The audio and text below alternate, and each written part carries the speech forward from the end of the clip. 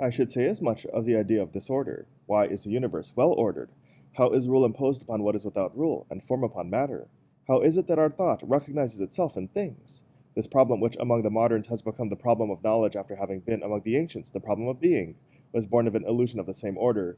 It disappears if one considers that the idea of disorder has a definite meaning in the domain of human industry, or as we say, of fabrication, but not in that of creation. Disorder is simply the order we are not looking for. You cannot suppress one order even by thought, without causing another to spring up. If there is not finality or will, it is because there is mechanism. If the mechanism gives way, so much the gain for will, caprice, finality. But when you expect one of these two orders and you find the other, you say there is disorder, formulating what is in terms of what might or should be, and objectifying your regret. All disorder thus includes two things: outside us one order, within us the representation of a different order which alone interests us.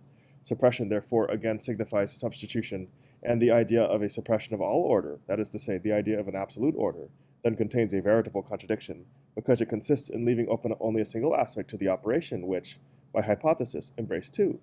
Either the idea of an absolute disorder represents no more than a combination of sounds, flatus vocis, or else, if it corresponds to something, it translates a movement of the mind which leaps from mechanism to finality, from finality to mechanism, and which, in order to mark the spot where it is, prefers each time to indicate the point where it is not.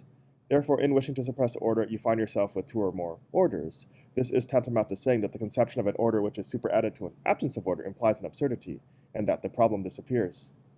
The two illusions I have just mentioned are in reality only one.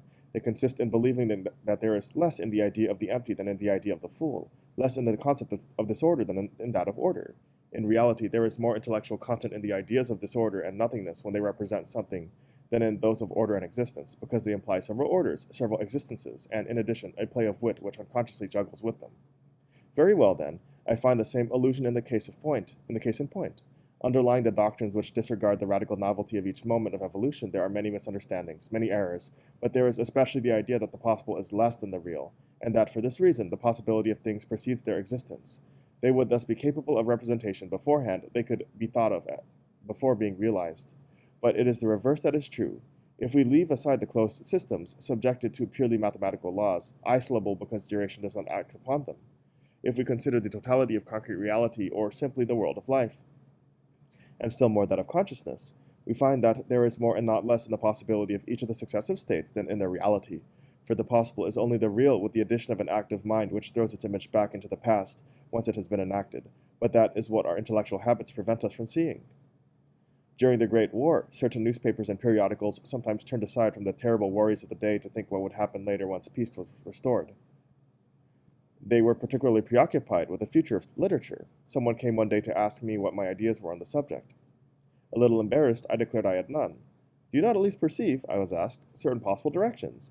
Let us grant that one cannot foresee things in detail. You are, as a philosopher, have at least an idea of the whole.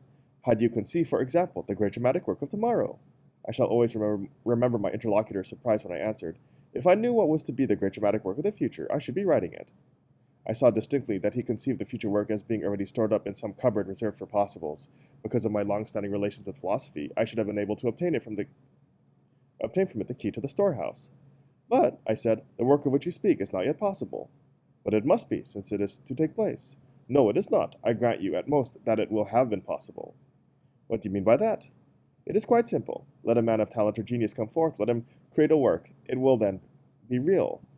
And by that very fact, it will become retrospectively or retroactively possible. It would not be possible, it would not have been so, if this man had not come upon the scene.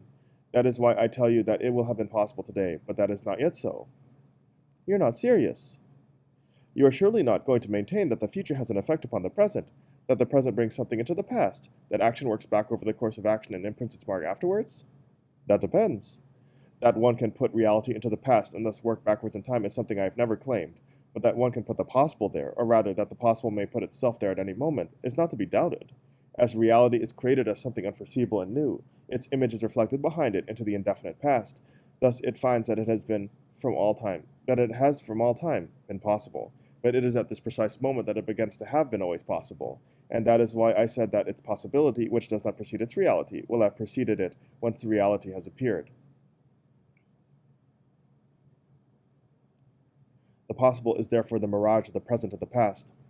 And as we know, the future will finally constitute a present, and the mirage effect is continually being produced. We are convinced that the image of tomorrow is already contained in our actual present, which will be the past of tomorrow, although we did not manage to grasp it. That is precisely the illusion. It is as though one were to fancy, in seeing his reflection in the mirror in front of him, that he could have touched it had he stayed behind it. Thus, in judging that the possible does not presuppose the real, one admits that the realization adds something to the simple possibility. The possible world would have been there from all time, a phantom awaiting its hour. It would therefore have become reality by the addition of something, by some transfusion of blood or life. One does not see that the contrary is the case, that the possible implies the corresponding reality with, moreover, something added, since the possible is the combined effect of reality once it has appeared and of a condition which throws it back in time.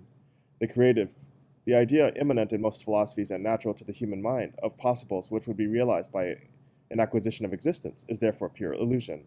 One might as well claim that the man in flesh and blood comes from the materialization of his image seen in the mirror, because in that real man is everything found in this virtual image, with, in addition, the solidity which makes it possible to touch it. But the truth is that more is needed here to obtain the virtual than is necessary for the real. More for the image of the man than for the man himself, for the image of the man will not be portrayed if the man is not first produced. In addition, one has to have the mirror.